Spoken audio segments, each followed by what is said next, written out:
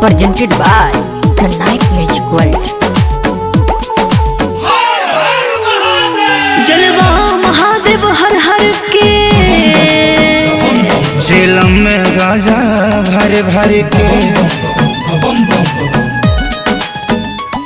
जलवा महादेव हर हर के झेलम में गाजा भर भर के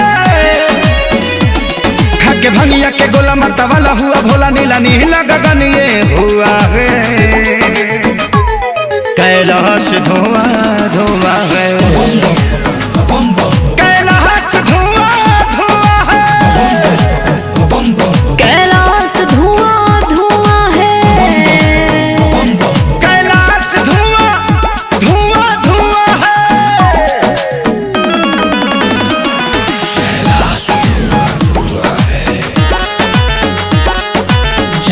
जय हो शंकरा भोलेनाथ शंकरा आदिदेव शंकरा हे शिवाय शंकरा।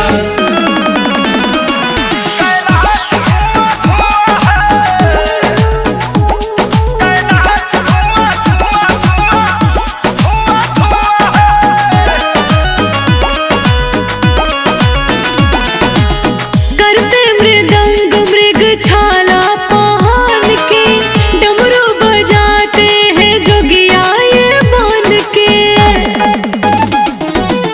करते मृदंग मृग छाला पहन के डमरू बजाते हैं जोगिया ये बन के। जाता में रखते हैं भोला गंगा को अपने बांध के सर पे अपने सजाए हैं जान के ये तो है विषधर शिव शंभु त्रिपुरारी विष पी गए भर भर कुआं है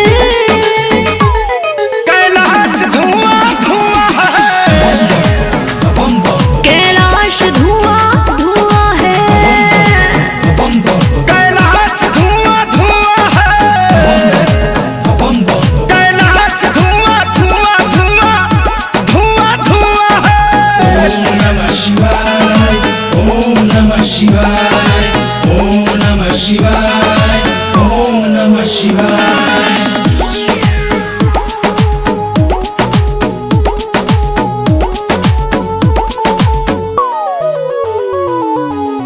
ये है कैलाशपति दुनिया के राजा रहते हैं मस्त पी के भंगिया गांजा।